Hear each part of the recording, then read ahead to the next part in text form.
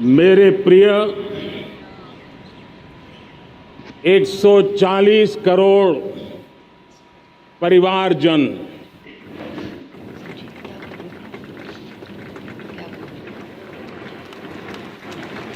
दुनिया का सबसे बड़ा लोकतंत्र और अब बहुत लोगों का अभिप्राय है कि जनसंख्या की दृष्टि से भी हम विश्व में नंबर 1 पर है। इतना बड़ा विशाल देश, 140 करोड़ देश के मेरे भाई बहन, मेरे परिवारजन आज आजादी का पर्व मना रहे हैं।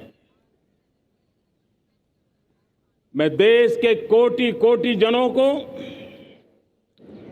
देश और दुनिया में भारत को प्यार करने वाले, भारत का सम्मान करने वाले, भारत का गौरव करने वाले कोटि कोटि जनों को आजादी के इस महान पवित्र पर्व की अनेक अनेक शुभकामनाएं देता हूं। मेरे प्यारे परिवारजन, पूज्य बापू के नेतृत्व में असहयोग का आंदोलन, सत्याग्रह की मूवमेंट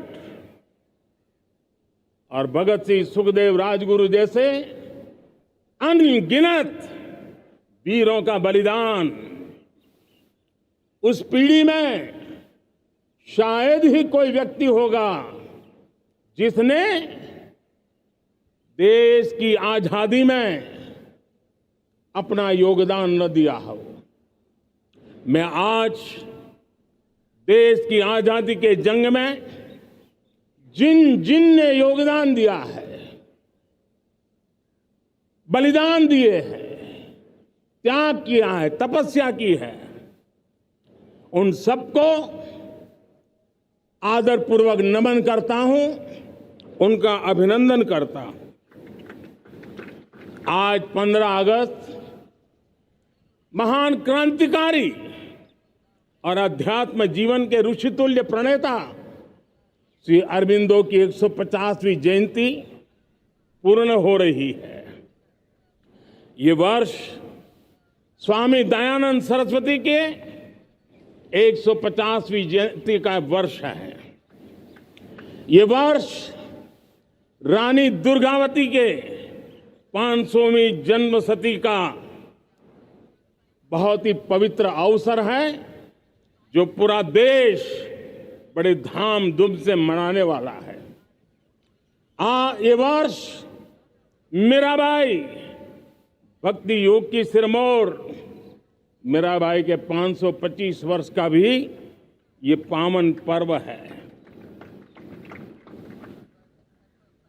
ये बार जो 26 जनवरी हम मनाएंगे, वो हमारे गणतंत्र दिवस की 75वीं वर्षगांठ होगी।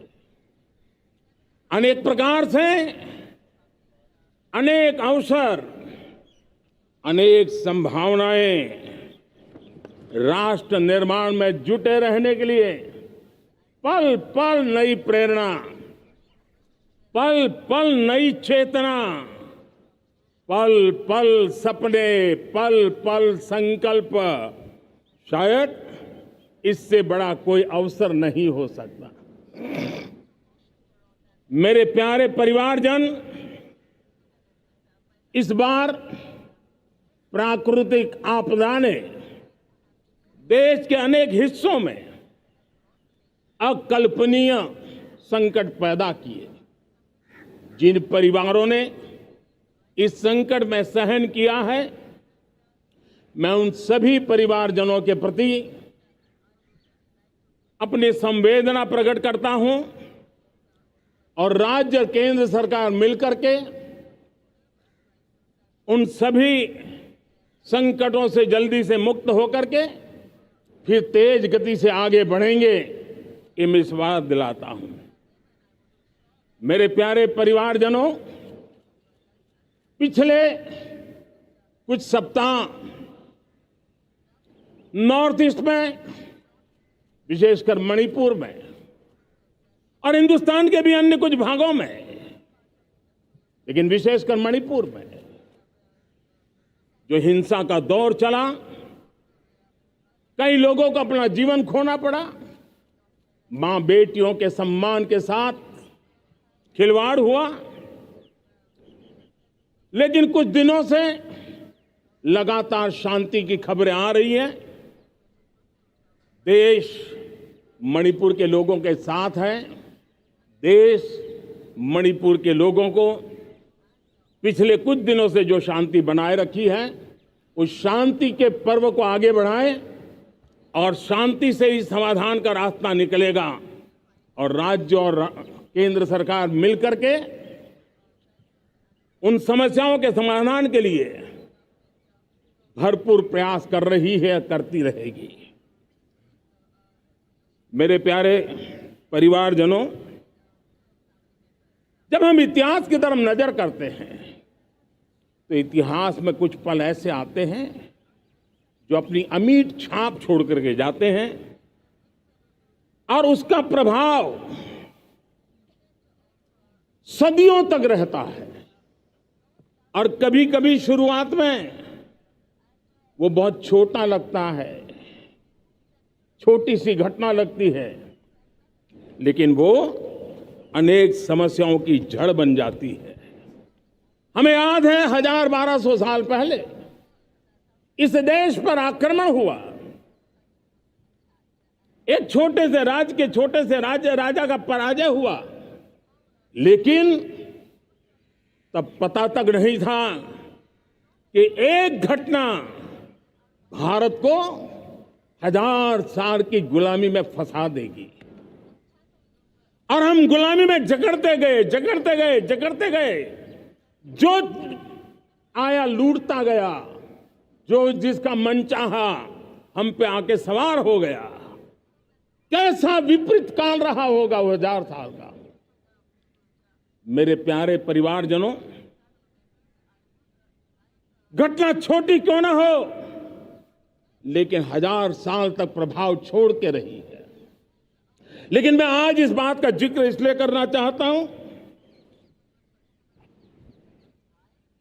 कि भारत के वीरों ने इस कालखंड में कोई भूभाग ऐसा नहीं था, कोई समय ऐसा नहीं था जब उन्होंने देश की आजादी के लौ को जलता न रखा हो, बलिदान की परंपरा न बनाई हो।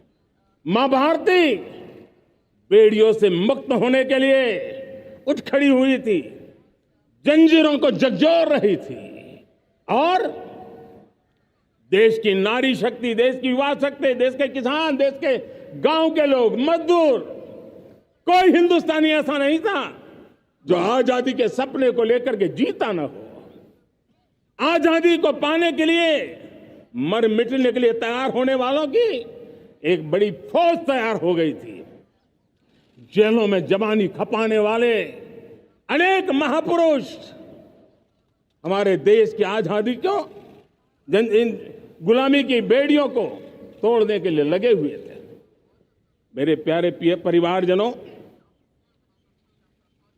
जनचेतना का वो व्यापक रूप, त्याग और तपस्या का वो व्यापक रूप, जन जन के अंदर एक नए विश्वास जगाने वाला वो पल आखिरकार 1947 में देश आजाद हुआ।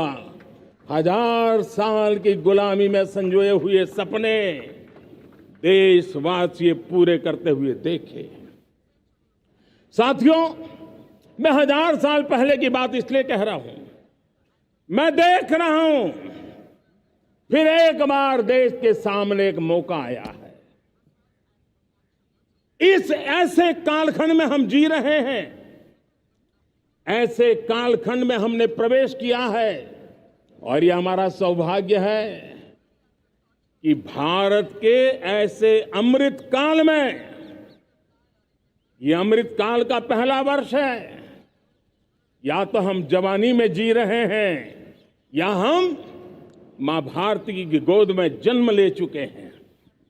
और ये कालखंड, मेरे शब्द लिख करके रखिए मेरे प्यारे परिवारजनों, इस कालखंड में जो हम करेंगे, जो कदम उठाएंगे, जितना त्याग करेंगे, तपस्या करेंगे, सर्वजन हिताय सर्वजन सुखाय, एक के बाद एक फैसले लेंगे, आने वाले 1000 साल का देश का स्वर्णिम इतिहास उससे अंकुरित होने वाला है।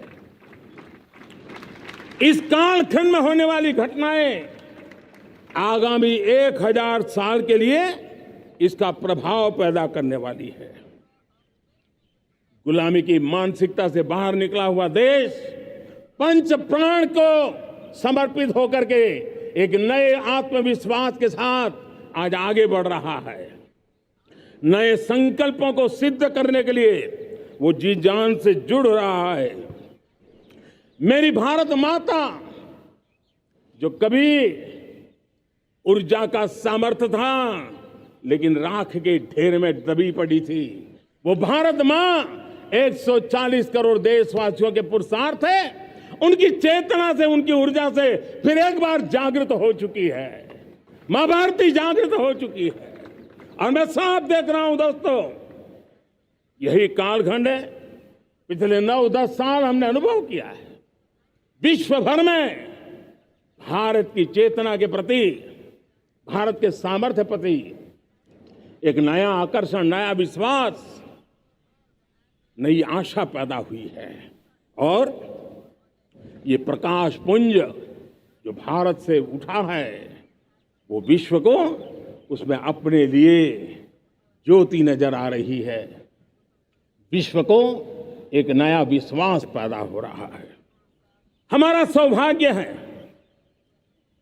कुछ ऐसी चीजें हमारे पास हैं जो हमारे पूर्वजों ने हमें विरासत में दी है और वर्तमान कालखंड ने गढ़ी है। आज हमारे पास डेमोग्राफी है, आज हमारे पास डेमोक्रेसी है, आज हमारे पास डाइवर्सिटी है। डेमोग्राफी, डेमोक्रेसी और डाइवर्सिटी की ये त्रिवेणी भारत के हर सपने को साकार करने का सामर्थ्य रखती। आज पूरे विश्व में वहां देशों की उम्र ढल रही है, ढलाव पर है, तब भारत यौवन की तरफ ऊर्जावान होकर के बढ़ रहा है। कितने बड़े गौरव का कालखंड है कि आज 30 साल की कम आयु की जनसंख्या दुनिया में सर्वाधिक कहीं है तो ये मेरे भारत मां की गोद में है, ये मेरे देश में है। और 30 साल से कम उम्र की नौजवान हो मेरे देश के पास हो, कोटि कोटि भुजाएं हो, कोटि कोटि मस्तिष्क हो, कोटि कोटि सपने, कोटि कोटि संकल्प हो, तो भाइयों बहनों, मेरे प्रिय परिवारजनों, हम इच्छित परिणाम प्राप्त करके रह सकते हैं। मेरे प्यारे परिवारजनों, देश का भाग्य ऐसी घटनाएं बदल देती है। यह सामर्थ्य देश के भाग्य को बदल देता है। भारत 1000 साल की गुलामी और आने वाले 1000 साल के भव्य भारत के बीच में पड़ाव पर हम खड़े हैं, एक ऐसी संधि पर खड़े हैं। और इसलिए अब हमें न रुकना है, न दुविधा में जीना है। मेरे प्यारे प्रिय परिवारजनों, हमें खोई हुई उस विरासत का गर्व करते हुए, खोई हुई समृद्धि को प्राप्त करते हुए, हमें फिर एक बार, और ये बात मान के चले, हम जो भी करेंगे, हम जो भी कदम उठाएंगे, हम जो भी फैसला लेंगे, वो अगले 1000 साल तक अपनी दिशा निर्धारित करने वाला है, भारत के भाग्य को लिखने वाला है। मैं आज मेरे देश के नौजवानों को, मेरे देश की बेटे बेटियों को ये जरूर कहना चाहूंगा, जो सौभाग्य आज मेरे युवाओं को मिला है, ऐसा सौभाग्य शायद ही किसी के नसीब होता है जो आपके नसीब हुआ है, और इसलिए हमें ये गंवाना नहीं है। युवा शक्ति पर मेरा भरोसा है, युवा शक्ति में सामर्थ्य है, और हमारी नीतियां, हमारी रीतियां भी उस युवा सामर्थ्य को और बल देने के लिए है। आज मेरे युवाओं ने दुनिया में पहले 3 स्टार्टअप इकोसिस्टम में भारत को स्थान दिला दिया है। विश्व के युवाओं को अचंभा हो रहा है भारत के इस सामर्थ्य को लेकर के, भारत की इस ताकत को देख करके।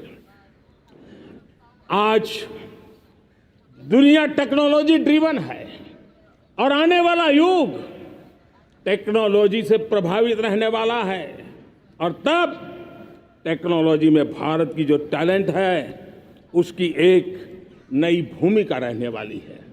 साथियों, मैं पिछले दिनों G20 समिट में बाली गया था, और बाली में दुनिया के समृद्ध देश, दुनिया के विकसित देश भी, उनके मुखिया मुझे भारत की डिजिटल इंडिया की सफलता के लिए बारीकियों से जानने के लिए इच्छुक थे।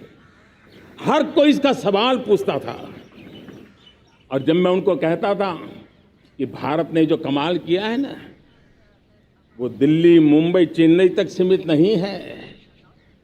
भारत ने जो कमाल कर रहा है, मेरे टियर 2, टियर 3 सिटी के युवा भी आज मेरे देश का भाग्य गढ़ रहे हैं। छोटे छोटे स्थान के मेरे नौजवान, और मैं आज बड़े विश्वास से कहता हूं, देश का ये जो सामर्थ्य नया नजर आ रहा है, और इसलिए मैं कहता हूं, हमारे छोटे शहर आकार और आबादी में छोटे हो सकते हैं। ये हमारे छोटे छोटे शहर, हमारे कस्बे आकार और आबादी में छोटे हो सकते हैं, लेकिन आशा और आकांक्षा, प्रयास और प्रभाव वो किसी से कम नहीं है। वो सामर्थ्य उनके अंदर है। नए ऐप्स, नए सॉल्यूशन, टेक्नोलॉजी डिवाइस। अब खेलों की दुनिया देखिए, कौन बच्चे हैं? झुग्गी झोंपड़ी से निकले हुए बच्चे आज खेलों की दुनिया में पराक्रम दिखा रहे हैं।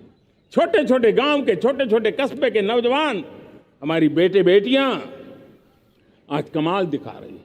अब देखिए, मेरे देश की 100 जितनी स्कूल ऐसी हैं जहां के बच्चे सैटेलाइट बना करके सैटेलाइट छोड़ने की तैयारियां कर रही है। आज हजारों टिंकरिंग लैब नए वैज्ञानिकों का गर्भाधान कर रही है। आज हजारों टिंकरिंग लैब लाखों बच्चों को साइंस और टेक्नोलॉजी के राह पर आगे बढ़ने के लिए प्रेरणा दे रही है। मैं मेरे देश के नौजवानों को कहना चाहता हूं, अवसरों की कमी नहीं है। आप जितने अवसर चाहेंगे, ये देश आसमान से भी ज्यादा अवसर आपने देने का सामर्थ्य रखता है। मैं आज लाल किले की प्राचीर से मेरे देश की माताओं, बहनों, मेरे देश की बेटियों को हृदय से अभिनंदन करना चाहता हूं। देश आज जब पहुंचा है, अब विशेष शक्ति जुड़ रही है मेरी माताओं बहनों के सामर्थ्य की। आज देश प्रगति की राह पर चल पड़ा है, तो मैं मेरे किसान भाई बहनों का भी अभिनंदन करना चाहता हूं। ये आप ही का पुरुषार्थ है, ये आप ही का परिश्रम है कि देश आज कृषि क्षेत्र में आगे बढ़ रहा है। मैं मेरे मजदूरों का, मेरे श्रमिकों का, मेरे प्रिय परिवारजन, ऐसे कोटि कोटि श्रमिकों को आज मैं नमन करता हूं, उनका अभिनंदन कर रहा हूं। देश आज जो आधुनिकता की ओर बढ़ रहा है, विश्व की तुलना करने वाले सामर्थ्य के साथ नजर आ रहा है, उसके पीछे मेरे देश के मजदूरों का, मेरे देश के श्रमिकों का बहुत बड़ा योगदान है। आज समय कहता है कि लाल किले की प्राचीर से मैं उनका अभिनंदन करूं, उनका अभिवादन करूं, और ये मेरे परिवारजन 140 करोड़ देशवासी, मेरे इन श्रमिकों का, रेहड़ी पटरी वालों का, फूल सब्जी बेचने वालों का हम सम्मान करते हैं। मेरे देश को आगे बढ़ाने में, मेरे देश को प्रगति की नई ऊंचाई पर ले जाने में प्रोफेशनल्स की बहुत बड़ी भूमिका है, बढ़ती रही है। चाहे साइंटिस्ट हो, चाहे इंजीनियर्स हो, डॉक्टर्स हो, नर्सिस हो, शिक्षक हो, आचार्य हो, यूनिवर्सिटीज हो, गुरुकुल हो, हर कोई मां भारती का भविष्य उज्जवल बनाने के लिए अपनी पूरी ताकत से लगा हुआ है। मेरे प्यारे परिवारजनों, राष्ट्रीय चेतना वो एक ऐसा शब्द है जो हमें चिंताओं से मुक्त कर रहा है, और आज वो राष्ट्रीय चेतना ये सिद्ध कर रही है कि भारत का सबसे बड़ा सामर्थ्य बना है भरोसा, भारत का सबसे बड़ा सामर्थ्य बना है विश्वास। जन जन में हमारा विश्वास, जन जन का सरकार पर विश्वास, जन जन का देश के उज्जवल भविष्य पर विश्वास, और विश्व का भी भारत के प्रति विश्वास। ये विश्वास हमारी नीतियों का है, हमारी रीति का है। भारत के उज्जवल भविष्य को जिस निर्धारित मजबूत कदमों से हम आगे बढ़ा रहे हैं, उसका है। भाइयों बहनों, मेरे प्यारे परिवारजनों, ये बात निश्चित है कि भारत का सामर्थ्य और भारत की संभावनाएं विश्वास की नई बुलंदियों को पार करने वाली है, और ये विश्वास की नई बुलंदियां नए सामर्थ्यों को लेकर के चलनी चाह रही है। आज देश में G20 समिट के मेहमान नवाजी का भारत को अवसर मिला है। अब पिछले एक साल से हिंदुस्तान के हर कोने में जिस प्रकार से G20 के अनेक ऐसे आयोजन हुए, अनेक कार्यक्रम हुए हैं, उसने देश के सामान्य मानवी के सामर्थ्य को विश्व को परिचित करा दिया है, भारत की विविधता का परिचय कराया है, भारत की डायवर्सिटी को दुनिया अचंभे से देख रही है, और उसके कारण भारत के तरफ आकर्षण बढ़ा है, भारत को जानने की, समझने की इच्छा जगी है। उसी प्रकार से आप देखिए एक्सपोर्ट, आज भारत का एक्सपोर्ट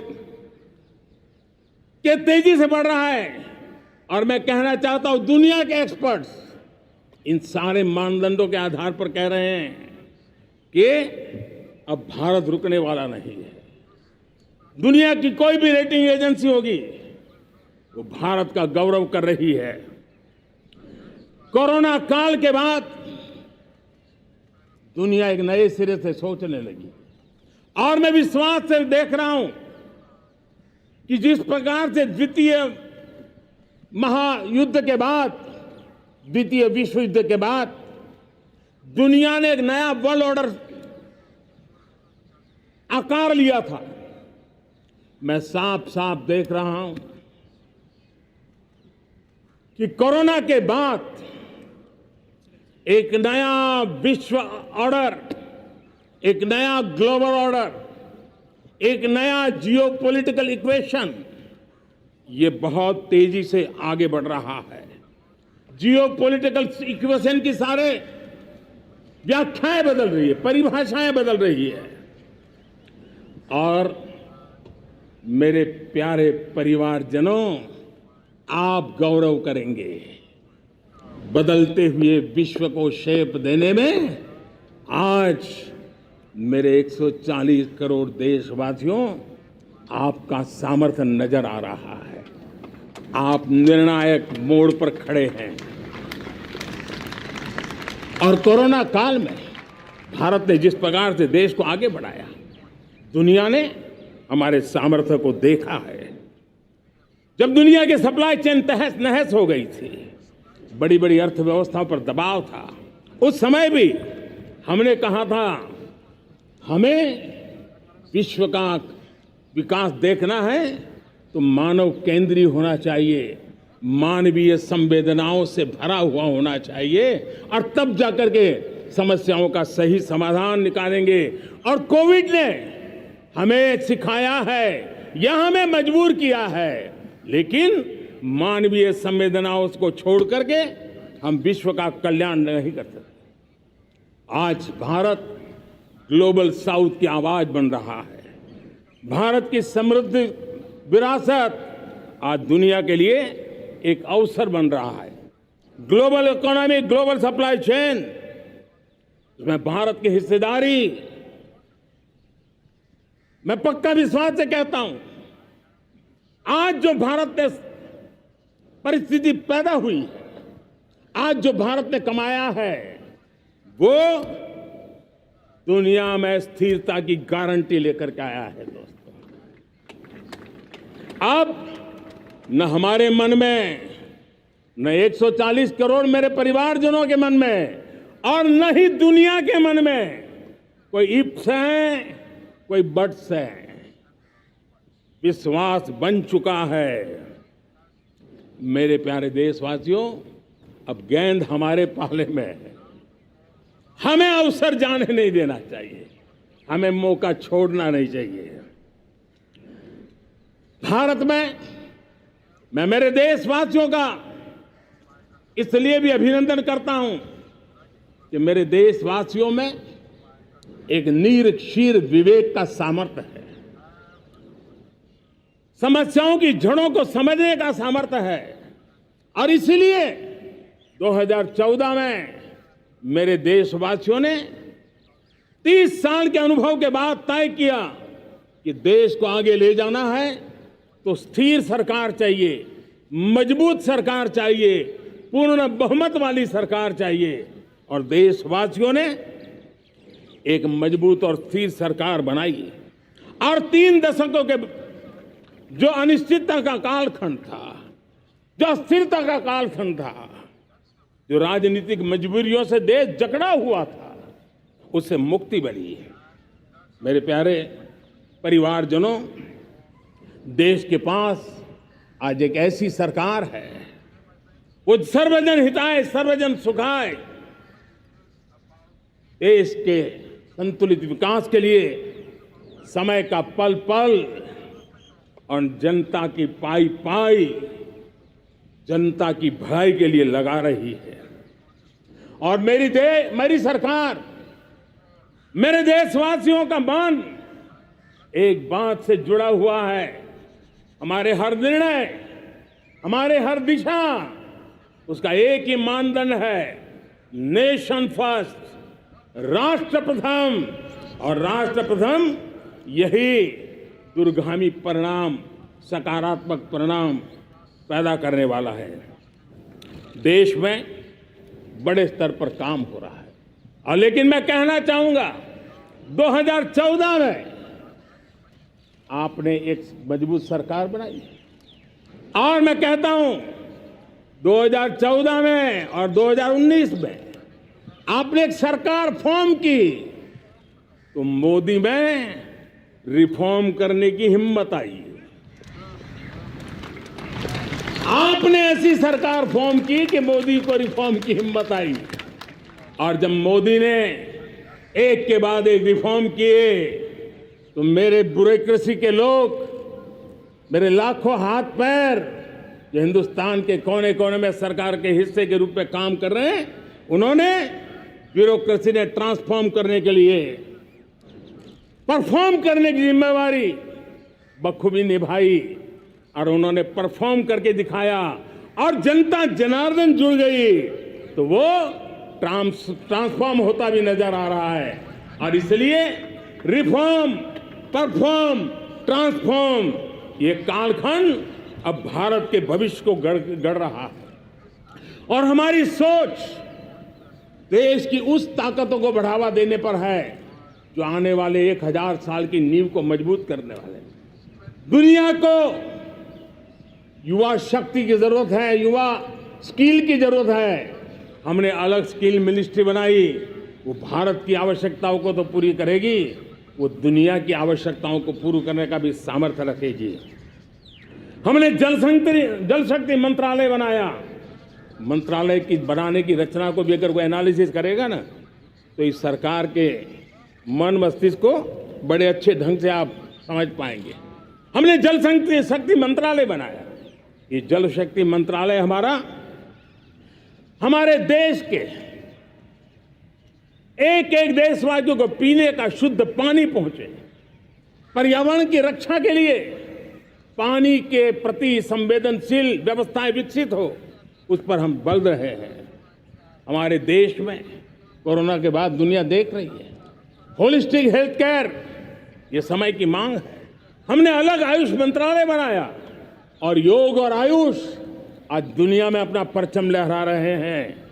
हमने दुनिया को हमारे कमिटमेंट के कारण विश्व का हमारे प्रति ध्यान गया है। अगर हम ही हमारे इस सामर्थ्य को नकार देंगे तो फिर दुनिया कैसे स्वीकार करेगी।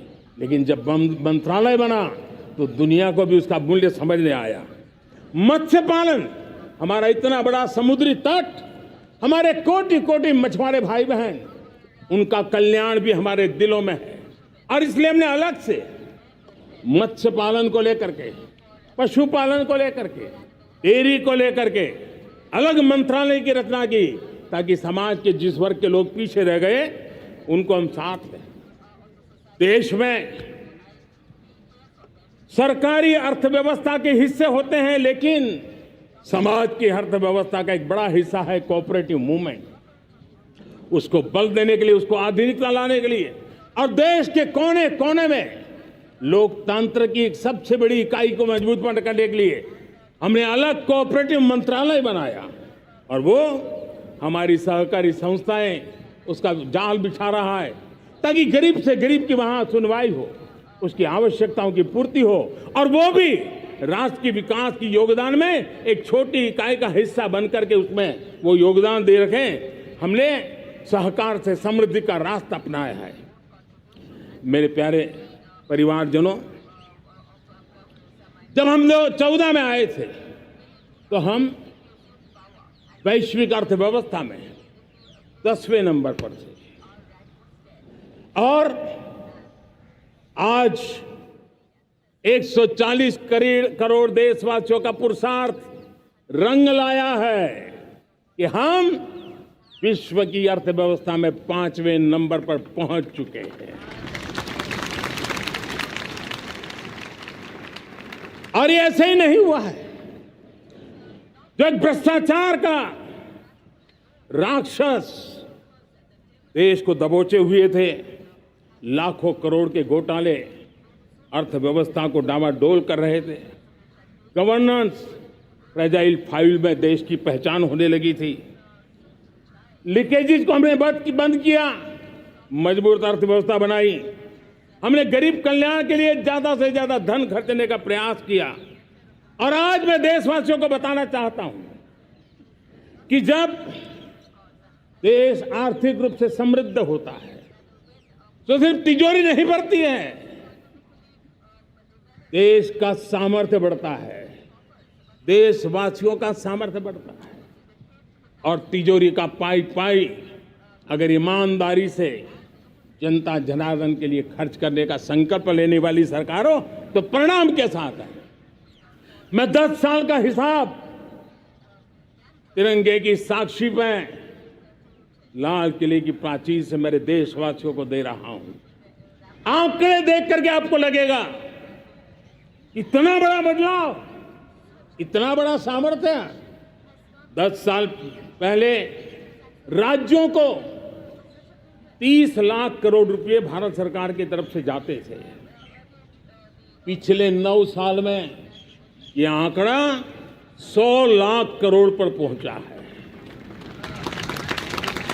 पहले स्थानीय निकाय के विकास के लिए भारत सरकार के खजाने से 70,000 करोड़ रुपया जाता था। आज वो 3 लाख करोड़ से भी ज्यादा जा रहा है। पहले गरीबों के घर बनाने के लिए 90,000 करोड़ रुपया खर्च होता था। आज वो 4 गुना होकर के 4 लाख करोड़ से भी ज्यादा खर्च गरीबों के घर बनाने के लिए हो रहा है। पहले गरीबों को यूरिया सस्ता मिले, जो यूरिया की बैग दुनिया के कुछ बाजारों में 3,000 में बिकती है, वो यूरिया की बैग मेरे किसानों को 300 में मिले। और इसलिए देश की सरकार 10 लाख करोड़ रुपया मेरे किसानों की यूरिया में सब्सिडी दे रहा है। मुद्रा योजना 20 लाख करोड़ रुपए, उससे भी ज्यादा मेरे देश के नौजवानों को स्वरोजगार के लिए, अपने व्यवसाय के लिए, अपने कारोबार के लिए दिए हैं। 8 करोड़ लोगों ने नया कारोबार शुरू किया है। और 8 करोड़ लोगों ने कारोबार शुरू किया है, ऐसा नहीं, हर कारोबारी ने एक या दो लोगों को रोजगार दिया है। 8 से 10 करोड़ नए लोगों को रोजगार देने का सामर्थ्य ये मुद्रा योजना से लाभ लेने वाले 8 करोड़ नागरिक को करा है। एमएसएमईज को करीब 3.5 लाख करोड़ रुपए की मदद से कोरोना के संकट में भी उनको डूबने नहीं दिया, मरने नहीं दिया, उनको एक ताकत दी है। 1 रैंक 1 पेंशन मेरे देश के सेना के जवानों का एक सम्मान का विषय था।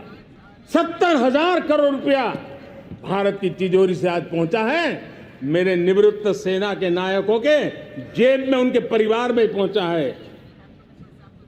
सभी कैटेगरी में, मैंने तो कुछ ही गिनाए, मैं ज्यादा समय लेना नहीं चाहता। हर कैटेगरी में पहले की तुलना में अनेक गुना धन देश के विकास के लिए, कोने कोने में रोजगार पैदा करने के लिए, पाई पाई का उपयोग भारत का भाग्य बदलने के लिए हो, और इसलिए हमने काम किया है। और मेरे प्यारे प्रियजनों, इतना ही नहीं, हमने इन सारे प्रयासों का परिणाम है कि आज 5 साल के मेरे एक कार्यकाल में, 5 साल के कार्यकाल में, 5 साल में 13.5 करोड़ मेरे गरीब भाई बहन गरीबी की जंजीरों को तोड़ करके न्यू मिडिल क्लास के रूप में बाहर आए हैं। जीवन का इससे बड़ा कोई संतोष नहीं होता। मेरे प्यारे प्रिय परिवारजनों, और जब 13.5 करोड़ लोग गरीबी की इस मुसीबतों से बाहर निकलते हैं, तो कैसी कैसी योजनाएं उनको मदद दी है। उनको आवास योजना का लाभ मिलना, पीएम स्वनिधि से 50,000 करोड़ रुपया रेहड़ी पटरी वालों तक पहुंचाया है। आने वाले दिनों में, आने वाली विश्वकर्मा जयंती पर एक कार्यक्रम हम लागू करेंगे। इस विश्वकर्मा जयंती पर हम करीब 13-15 हजार करोड़ रुपया से, जो परंपरागत कौशल्य से रहने वाले लोग, जो औजार से और अपने हाथ से काम करने वाला वर्ग है, ज्यादातर ओबीसी समुदाय से, हमारे सुथार हो, हमारे सोनार हो, हमारे राजमिस्त्री हो, हमारे कपड़े धोने वाले काम करने वाले लोग हो, हमारे बाल काटने वाले भाई बहन परिवार हो, ऐसे लोगों को एक नई ताकत देने के लिए हम आने वाले महीने में विश्वकर्मा जयंती पर विश्वकर्मा योजना लॉन्च करेंगे और करीब 13-15 हजार करोड़ से उसका प्रारंभ करेंगे। हमने पीएम किसान सम्मान निधि में 2.5 लाख करोड़ रुपया सीधा मेरे देश के किसानों के खाते में जमा किया है। हमने जल जीवन मिशन, हर घर में शुद्ध पानी पहुंचे, 2 लाख करोड़ रुपया खर्च किया है। हमने आयुष्मान भारत योजना, ताकि गरीब को बीमारी के कारण अस्पताल जाने से जो मुसीबत होती थी उसको मुक्ति दिलाना, उसको दवाई मिले, उसका उपचार हो, ऑपरेशन हो, अच्छे से अच्छी हॉस्पिटल में हो। आयुष्मान भारत योजना के तहत 70,000 करोड़ रुपए हमने लगाए हैं। पशुधन, देश ने कोरोना वैक्सीन की बात तो देश को याद है, 40,000 करोड़ रुपए लगाए, वो तो याद है। लेकिन आपको जानकर के खुशी होगी, हमने पशुधन को बचाने के लिए करीब करीब 15,000 करोड़ रुपया पशुधन के टीकाकरण के लिए लगाया है।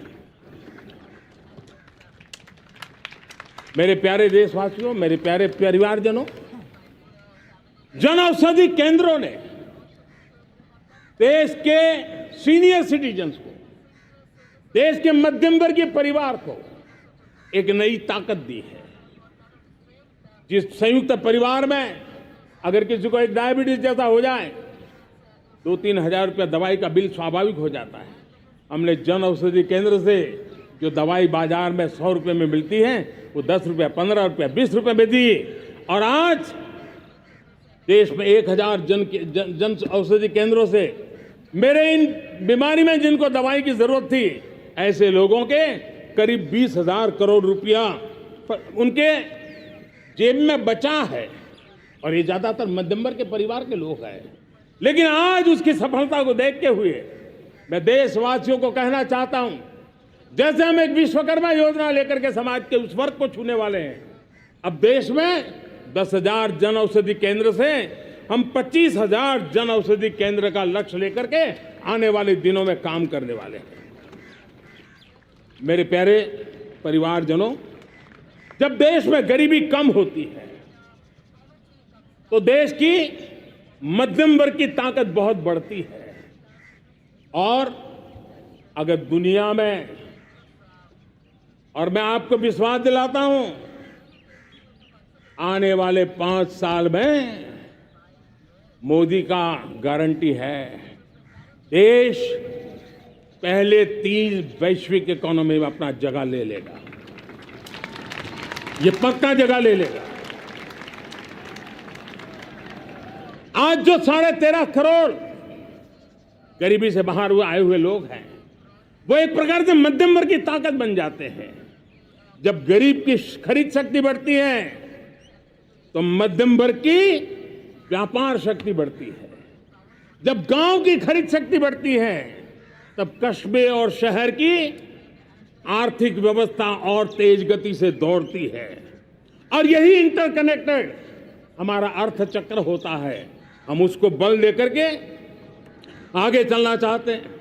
मेरे प्यारे परिवारजनों, शहर के अंदर जो कमजोर लोग रहते हैं, बिना घर को मुसीबत रहती है, मध्यम वर्ग के परिवार अपना खुद का घर का सपना देख रहे हैं, हम उसके लिए भी आने वाले कुछ सालों के लिए एक योजना लेकर के आ रहे हैं।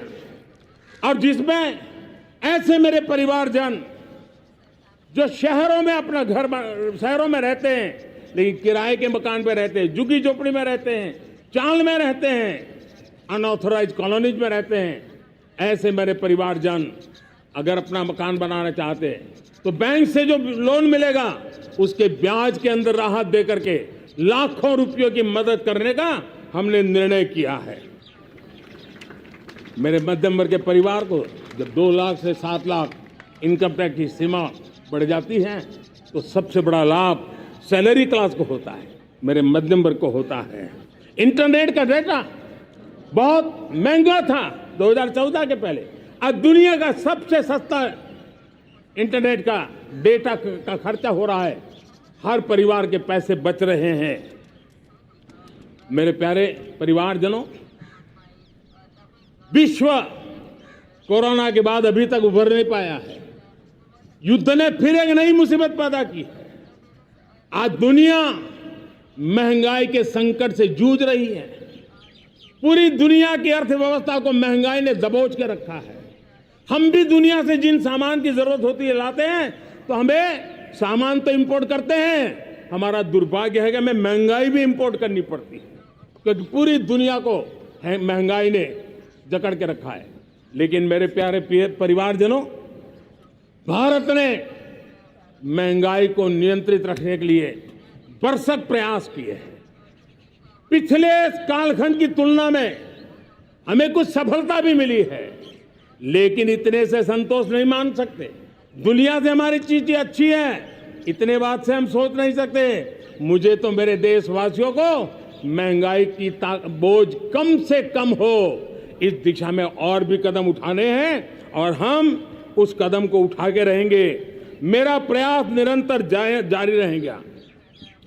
मेरे प्यारे परिवारजनों, आज देश अनेक क्षमताओं को लेकर के आगे बढ़ रहा है। देश आधुनिकता की तरफ आगे बढ़ने के लिए काम कर रहा है। आज देश रिन्यूएबल एनर्जी पे काम कर रहा है। आज देश ग्रीन हाइड्रोजन पे काम कर रहा है। देश की स्पेस पे क्षमता बढ़ रही है, तो देश की डीप सी मिशन में भी सफलता के साथ आगे चल रहा है। देश में रेल आधुनिक हो रही है, तो वंदे भारत बुलेट ट्रेन भी आज देश के अंदर काम कर रही है। गांव-गांव पक्की सड़कें बन रही है, तो इलेक्ट्रिक बसें, मेट्रो की रचना भी आज देश में हो रहे हैं। आज गांव-गांव तक इंटरनेट पहुंच रहा है, तो क्वांटम कंप्यूटर के लिए भी देश तय कर रहता है। नैनो यूरिया, नैनो डीएपी, उस पर काम हो रहा है, तो दूसरी तरफ जैविक खेती पर भी हम बल दे रहे हैं। आज किसान उत्पादक संघ एफपीओ का निर्माण हो रहा है, तो हम सेमीकंडक्टर का भी निर्माण करने के लिए चाह रहे हैं। हम दिव्यांग जनों के लिए एक सुगम भारत के निर्माण के लिए काम करते हैं, तो हम पैरालंपिक में भी हिंदुस्तान का तिरंगा झंडा गाड़ने के लिए मेरे दिव्यांग जनों को सामर्थ्यवान बना रहे हैं। हम खिलाड़ियों को स्पेशल ट्रेनिंग दे रहे हैं।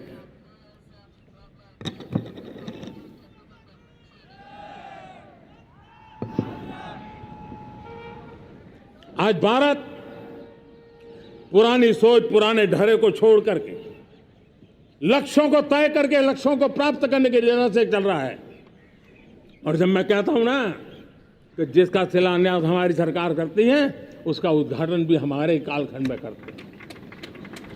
इन दिनों जो मैं शिलान्यास कर रहा हूं ना, आप लिख के रखिए, उसके उद्घाटन भी आप सबने मेरे नसीब में ही छोड़े हुए हैं।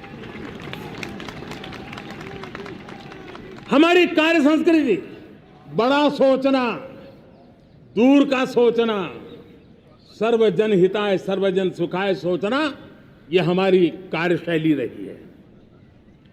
और सोच से भी ज्यादा, संकल्प से भी ज्यादा हासिल कैसे करना, इस ऊर्जा के साथ हम काम करते हैं। हमने आजादी के काल अमृत महोत्सव में 75,000 अमृत सरोवर बनाने का संकल्प किया था।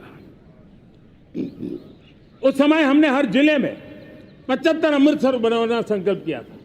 करीब 50-55 हजार अमृत सरोवर की कल्पना की थी, लेकिन आज करीब 75,000 अमृत सरोवर का काम निर्माण हो रहा है।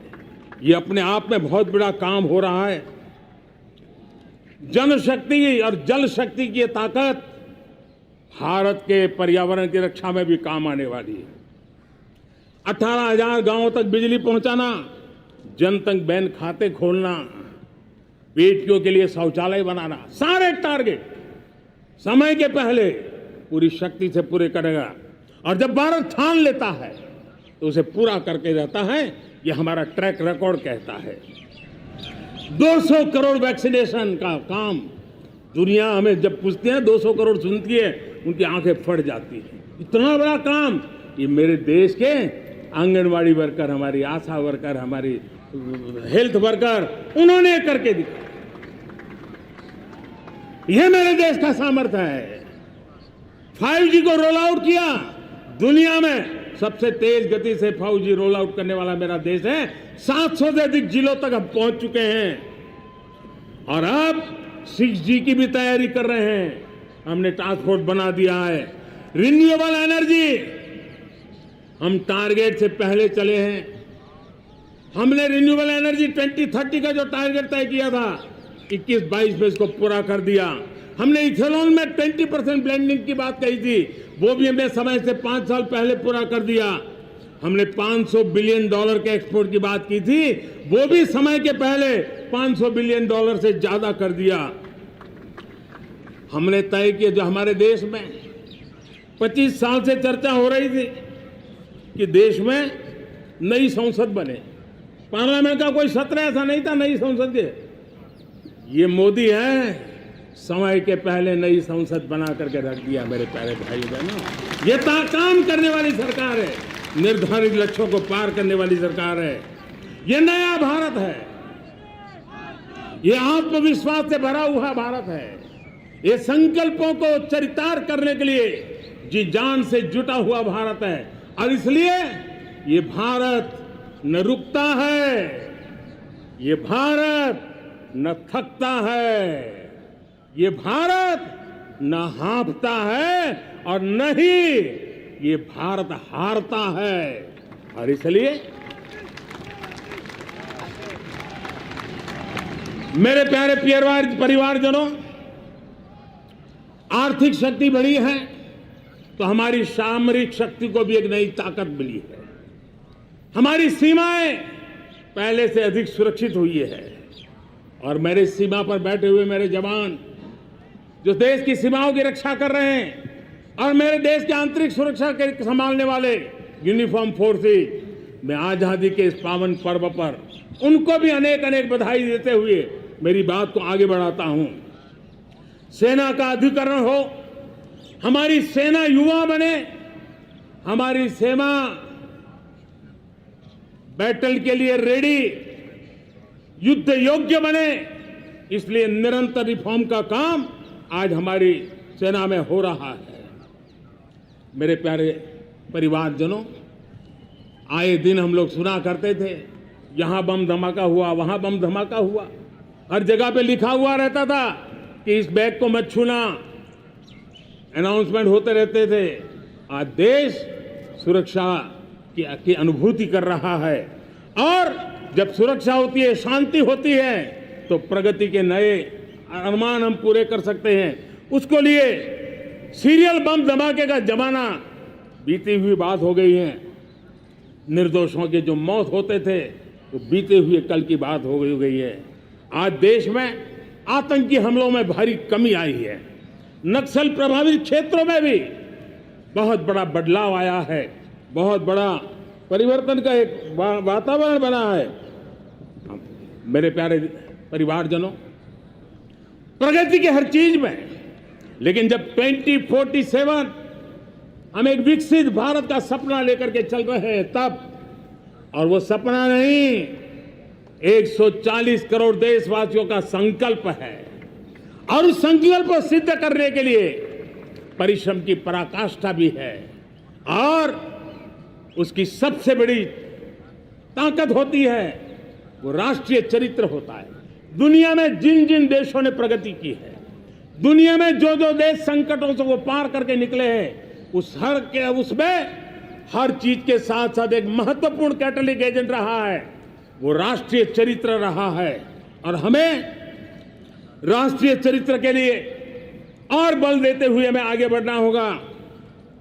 हमारा देश, हमारा राष्ट्रीय चरित्र ओजस्वी हो, तेजस्वी हो, पुरुषार्थी हो, पराक्रमी हो, प्रखर हो, ये हम सबका सामूहिक दायित्व है।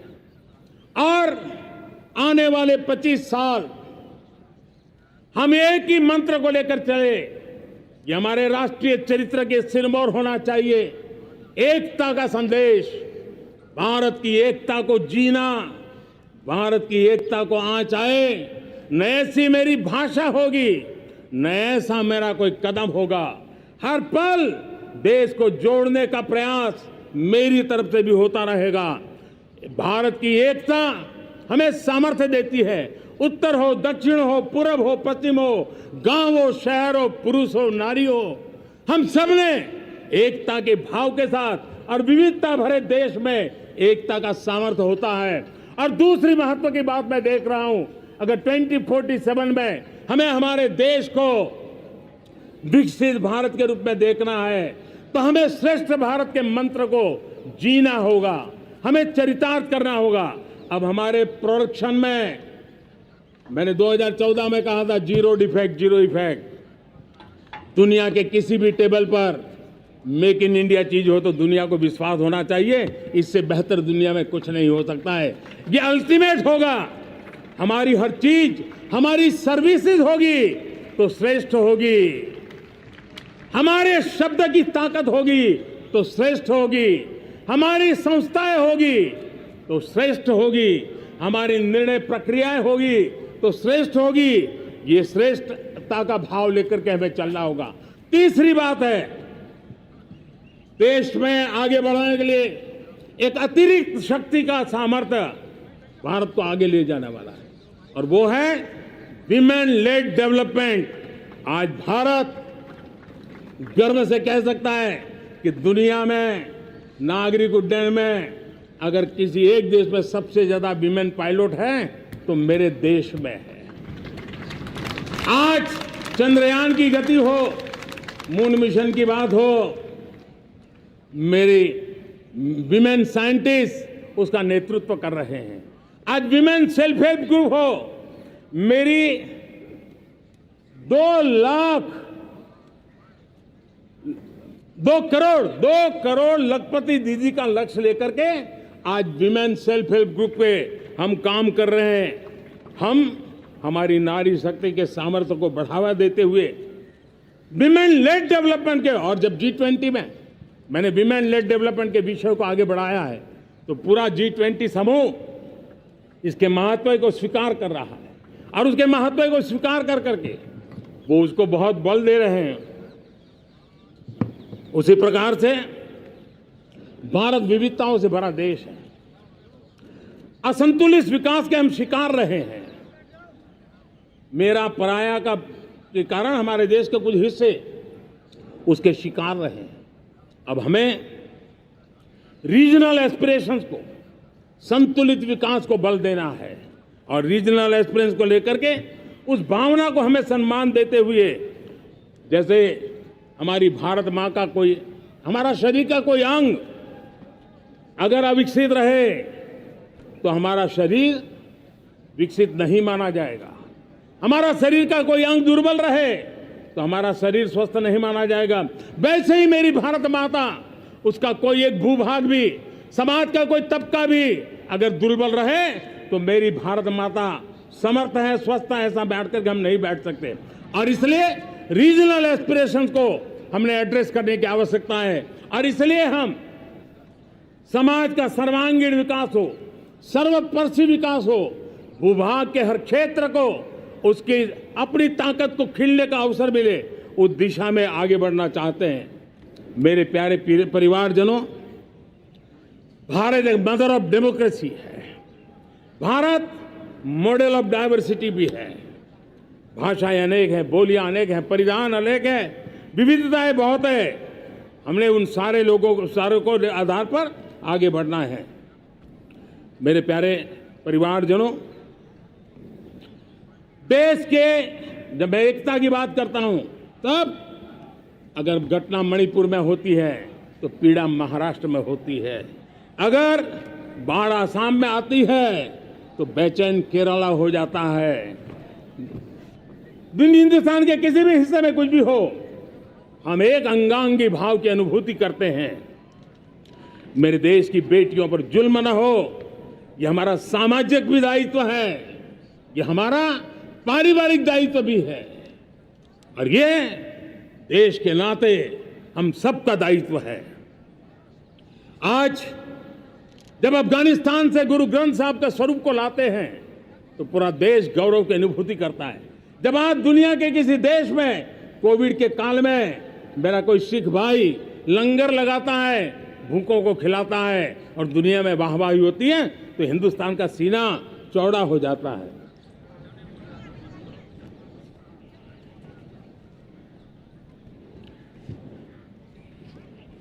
मेरे प्यारे परिवारजनों,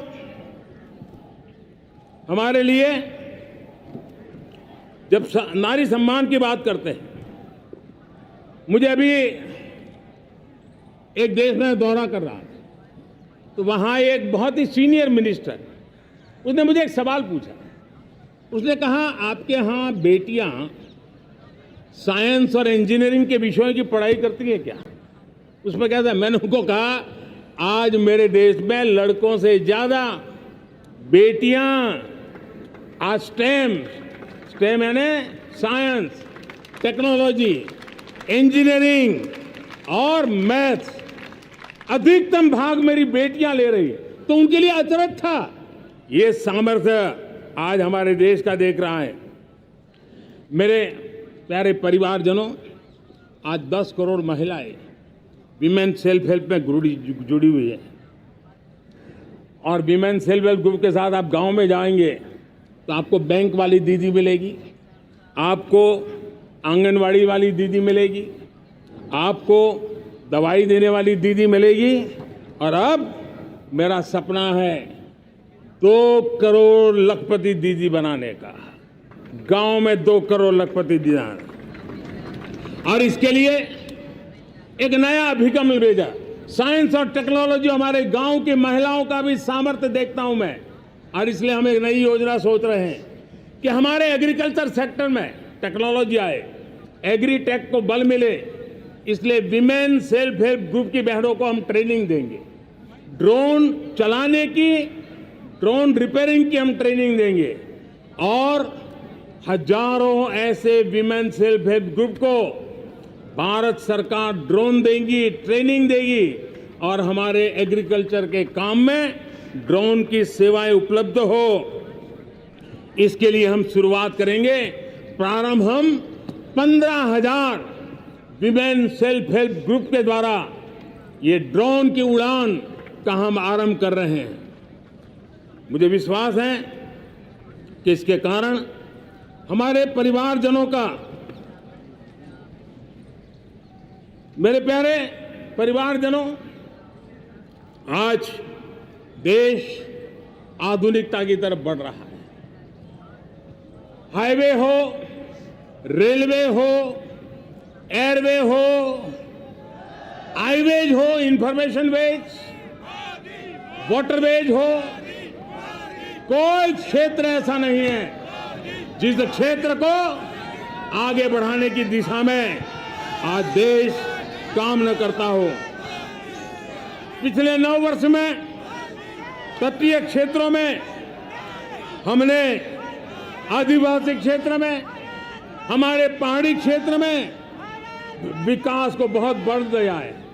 हमने पर्वतमाला, भारतमाला ऐसी योजनाओं के द्वारा समाज के उस वर्ग को हमने बल दिया है।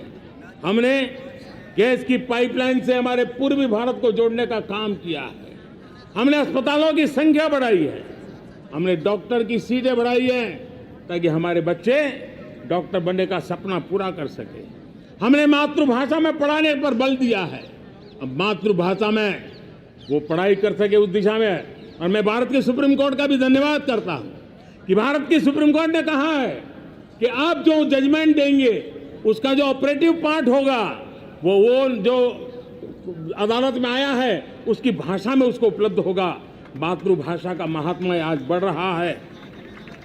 मेरे प्यारे भाई परिवारजनों, आज तक हमारे देश के जो बॉर्डर विलेज हैं, हमने वाइब्रेंट बॉर्डर विलेज का एक कार्यक्रम शुरू किया है।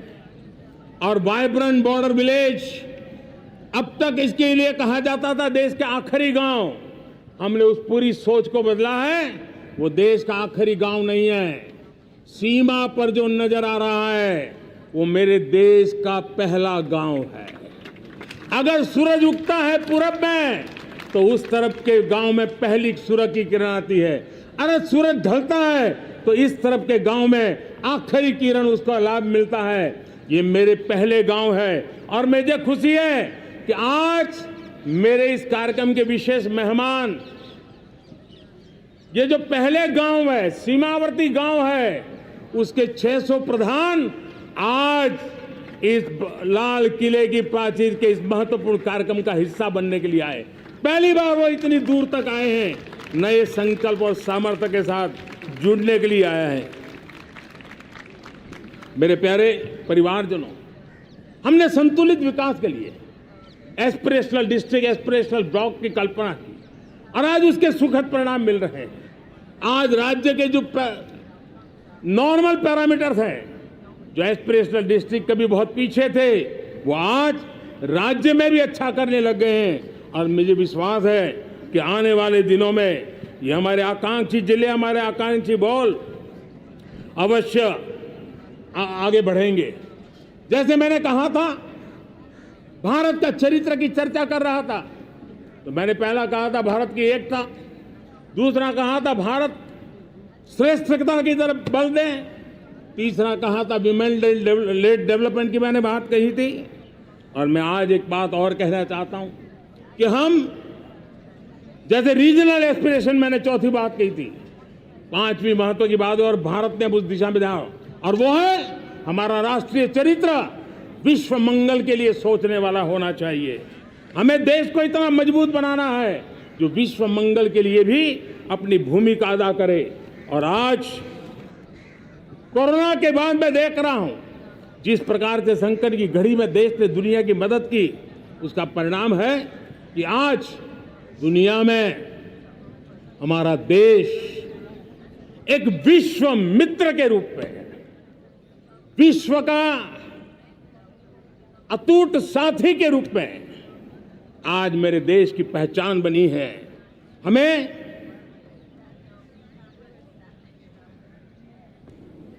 जब विश्व मंगल की बात करते हैं तब भारत का मूलभूत विचार है, उस विचार को हम आगे बढ़ाने लोग हैं। और मुझे खुशी है कि आज अमेरिकी संसद के भी कई चुने हुए गणमान्य प्रतिनिधि भी आज हमारे 15 अगस्त के इस अवसर में हमारे बीच में मौजूद है। भारत की सोच कैसी है, हम विश्व मंगल की बात को कैसे आगे बढ़ाते हैं। अब देखिए, हम जब सोचते हैं तो क्या कहते हैं, हमने दुनिया के सामने ये दर्शन रखा है और दुनिया उस दर्शन को लेकर के हमारे साथ जुड़ रही है। हमने कहा one sun, one world, one grid. Renewable energy के क्षेत्र में एक बहुत बड़ा हमारा स्टेटमेंट है, आज दुनिया उसको स्वीकार कर रही है। कोविड के बाद हमने दुनिया को कहा हमारा अप्रोच होना चाहिए वन अर्थ, वन हेल्थ। समस्याओं का समाधान तभी होगा जब मानव को, पशु को, पौधे को बीमारी के संबंध में समान रूप से एड्रेस किया जाएगा, तब जाकर के हम करेंगे। हमने G20 समिट के लिए दुनिया के सामने कहा है one world, one family, one future. इस सोच को लेकर के चल रहे हैं। हमने क्लाइमेट को लेकर के दुनिया जो संकट से जूझ रही है, हमने रास्ता दिखाया है, लाइफ मिशन लॉन्च किया है, लाइफस्टाइल फॉर एनवायरनमेंट। हमने दुनिया के सामने इंटरनेशनल सोलर अलायंस बनाया और आज दुनिया के कई देश इंटरनेशनल सोलर अलायंस का हिस्सा बन रहे हैं। हमने बायोडायवर्सिटी का महत्व देखते हुए बिग कैट अलायंस की व्यवस्था को हमने आगे बढ़ाया है। हमने प्राकृतिक आपदा के कारण, ग्लोबल वार्मिंग के कारण इंफ्रास्ट्रक्चर का जो नुकसान होता है, उसके लिए दूरगामी व्यवस्थाओं की जरूरत है। और इसलिए coalition for disaster resilient infrastructure, CDRI, एक समाधान के रूप में दुनिया को दिया है। विश्व आज समुद्रों को संघर्ष का केंद्र बना रहा है, तब हमने दुनिया को सागर का प्लेटफॉर्म दिया है जो वैश्विक समुद्रिक शांति की गारंटी बन सकता है। हमने पारंपरिक चिकित्सा पद्धतियों को बल देते हुए WHO का एक ग्लोबल लेवल का सेंटर हिंदुस्तान में बनाने की दिशा में काम किया है। हमने योग और आयुष के द्वारा विश्व कल्याण और विश्व के स्वस्थता की दिशा में काम किया है। और आज भारत विश्व मंगल की मजबूत नींव डाल रहा है। इस मजबूत नींव को आगे बढ़ाना हम सबका काम है, हम सबकी जिम्मेवारी है। मेरे प्यारे परिवारजनों, सपने अनेक है, संकल्प साफ है, नीतियां स्पष्ट है, नियत के सामने कोई सवाल या निशान नहीं है। लेकिन कुछ सच्चाइयों को हमें स्वीकार करना पड़ेगा और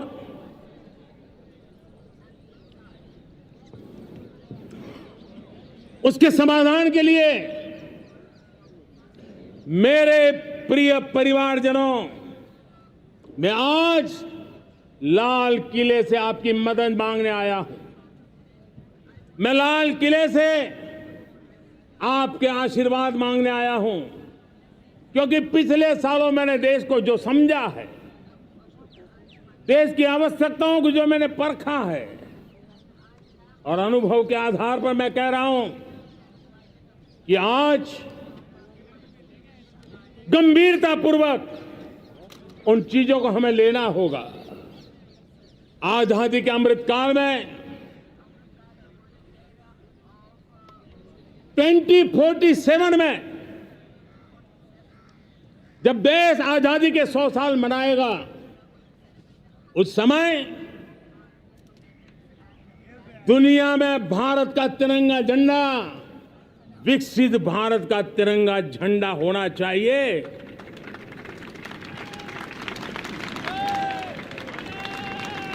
रत्ती भर भी हमें रुकना नहीं है, पीछे नहीं हटना है।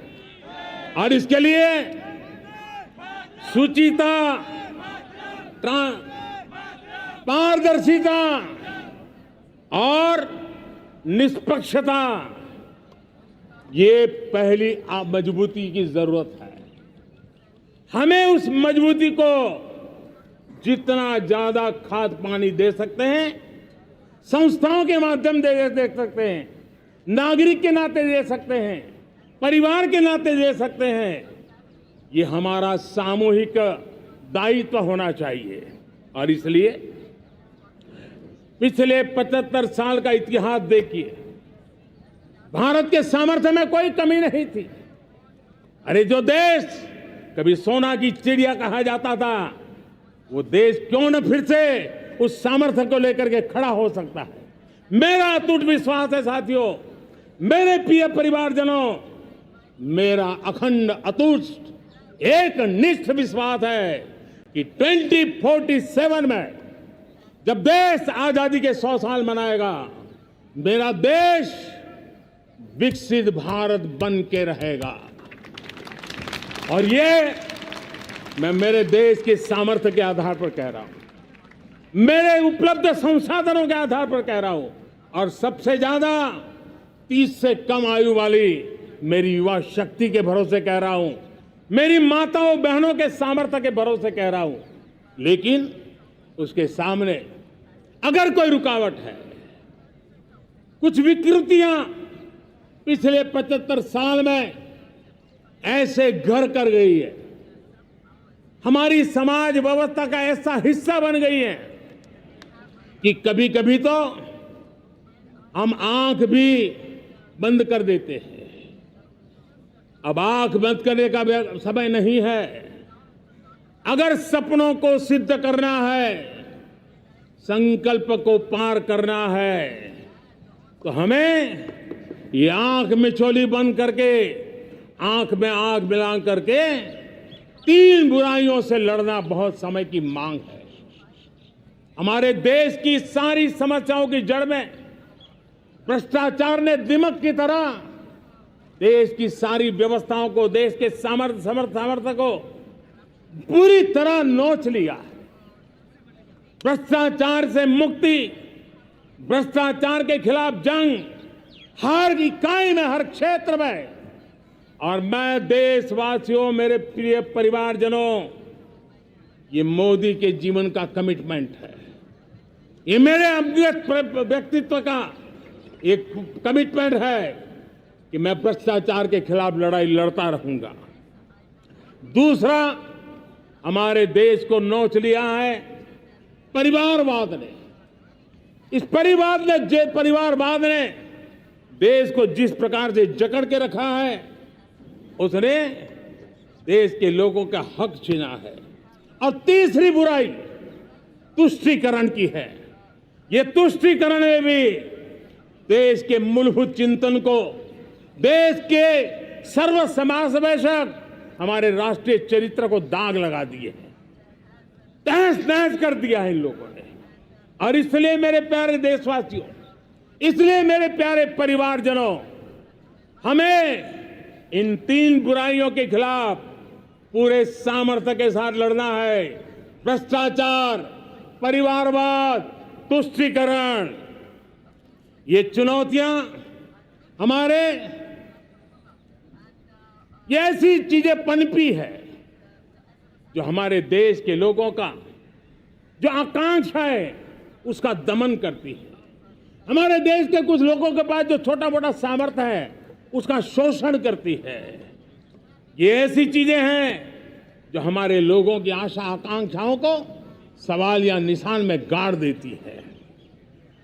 हमारे गरीब हो, हमारे दलित हो, हमारे पिछड़े हो, हमारे पसमानदा हो, हमारे आदिवासी भाई बहन हो, हमारी माताएं बहनें हो, हमने सबने उनके हकों के लिए इन 3 बुराइयों से मुक्ति पानी है। हमें भ्रष्टाचार के खिलाफ एक नफरत का माहौल बनाना है।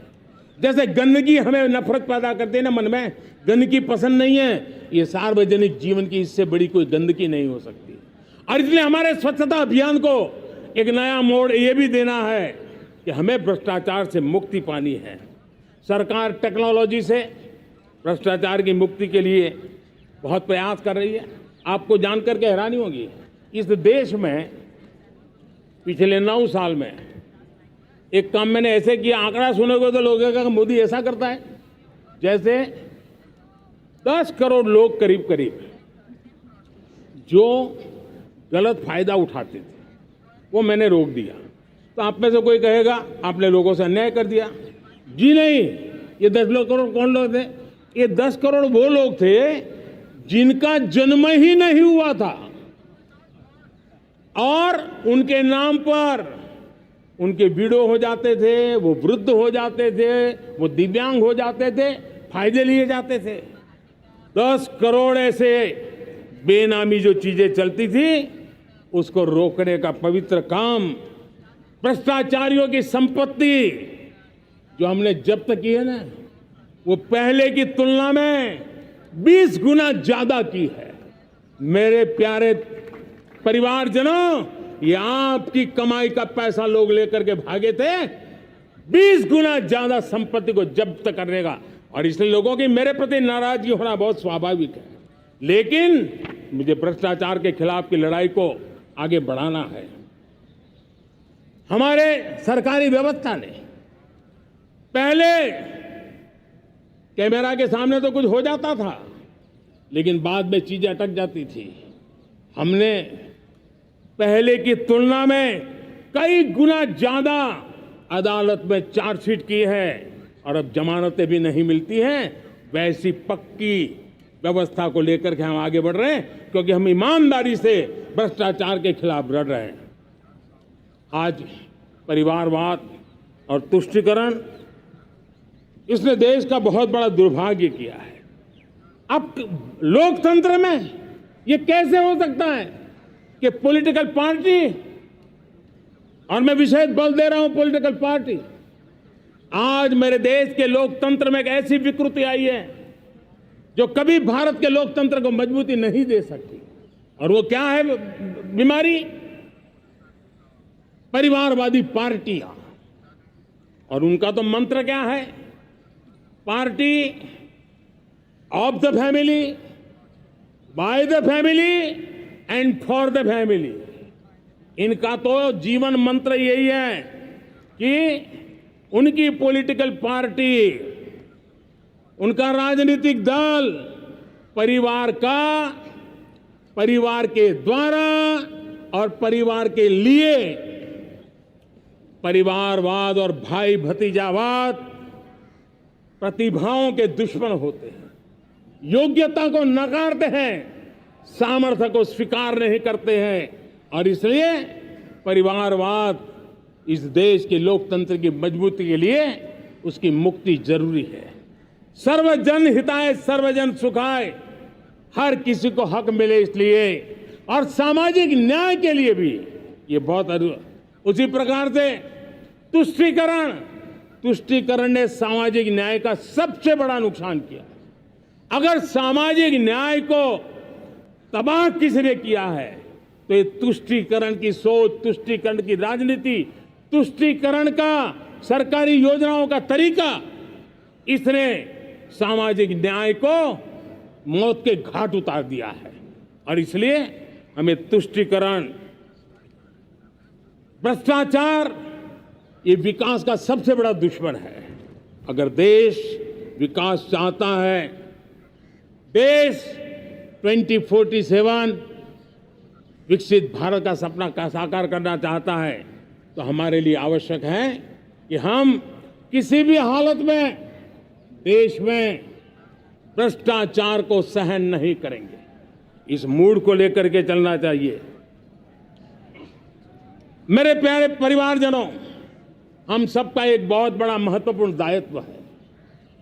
आपने जिस प्रकार से जिंदगी जी है, हमारे आने वाली पीढ़ी को ऐसी जिंदगी जीने के लिए मजबूर करना, यह हमारा गुनाह है। यह हमारा दायित्व है कि हमारे आने वाली पीढ़ी को हम ऐसा समृद्ध देश दें, ऐसा संतुलित देश दें, ऐसा सामाजिक न्याय की धरोहर वाला देश दें, ताकि छोटी छोटी चीजों को पाने के लिए उन्हें कभी भी संघर्ष न करना पड़े।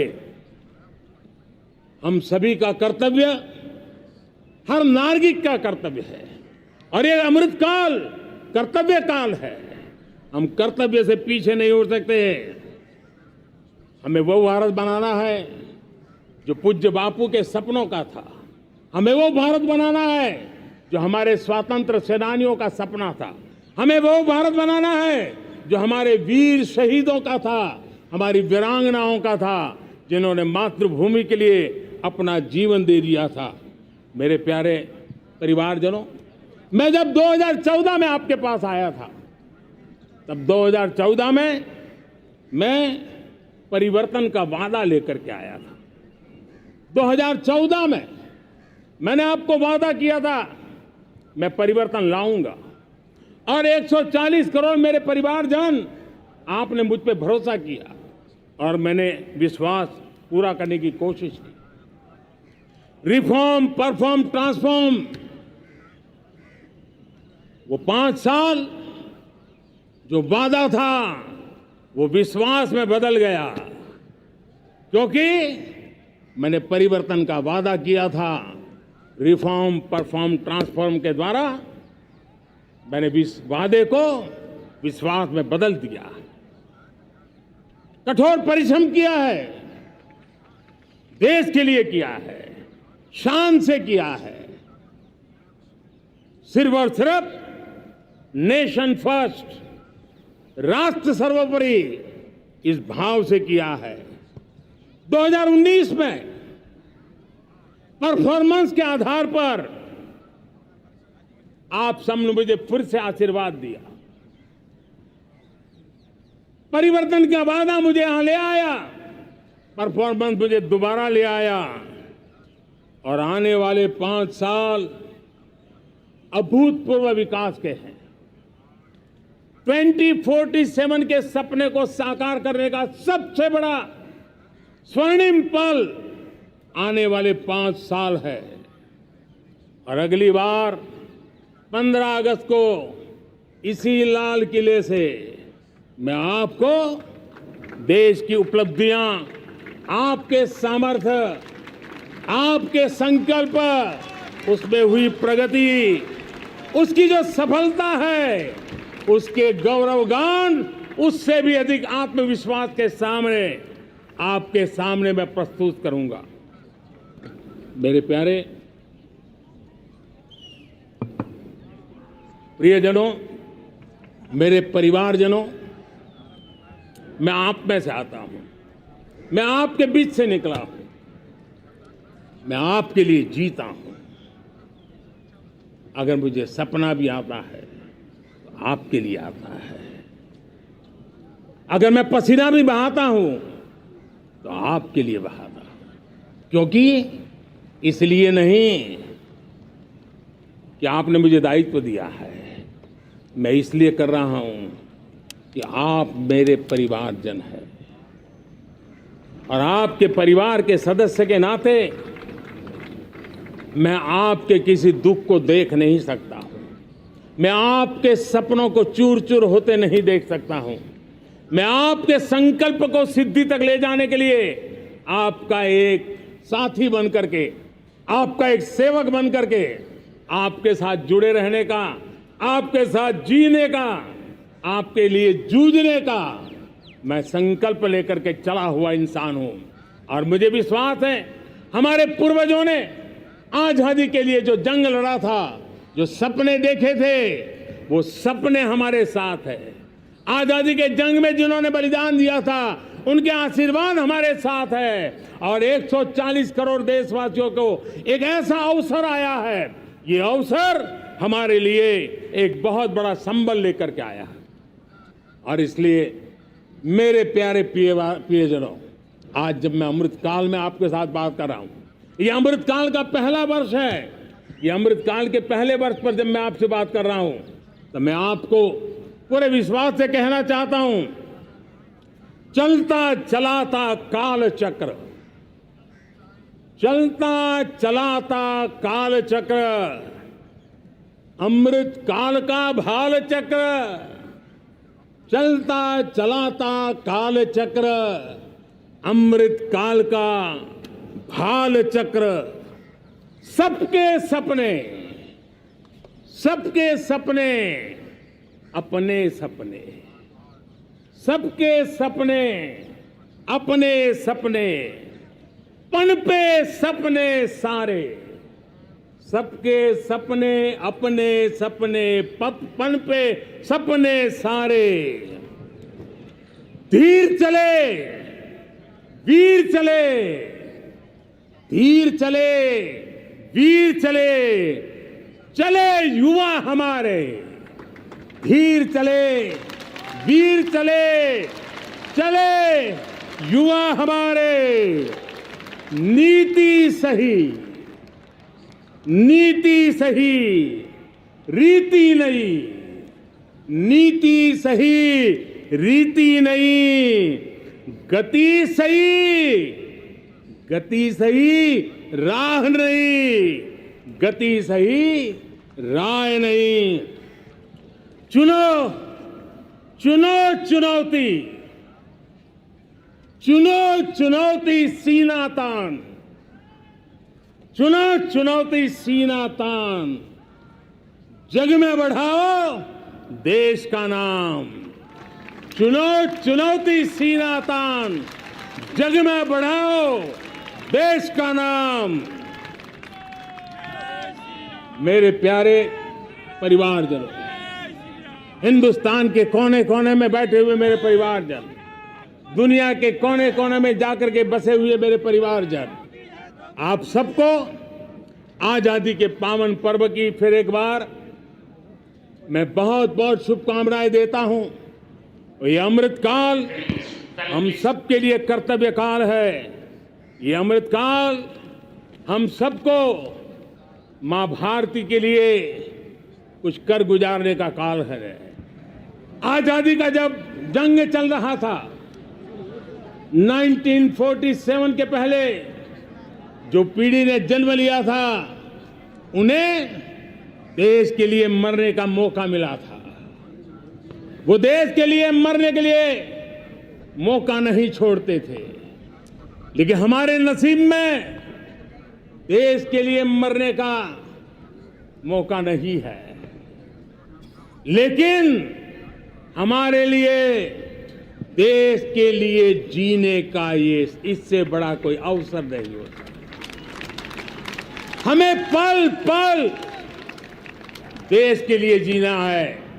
इसी संकल्प के साथ इस अमृत काल में 140 करोड़ देशवासियों के सपने संकल्प भी बनाने हैं। 140 करोड़ देशवासियों के संकल्प को सिद्धि में भी परिवर्तित करना है और 2047 का जब तिरंगा झंडा फहरेगा तो विश्व एक विकसित भारत का गुणगान करता होगा। इसी विश्वास के साथ, इसी संकल्प के साथ मैं आप सबको अनेक अनेक शुभकामनाएं देता हूं, बहुत बहुत बधाई देता हूं। जय हिंद, जय हिंद, जय हिंद। भारत माता की, भारत माता की, भारत माता की। वंदे वंदे वंदे। बहुत बहुत धन्यवाद।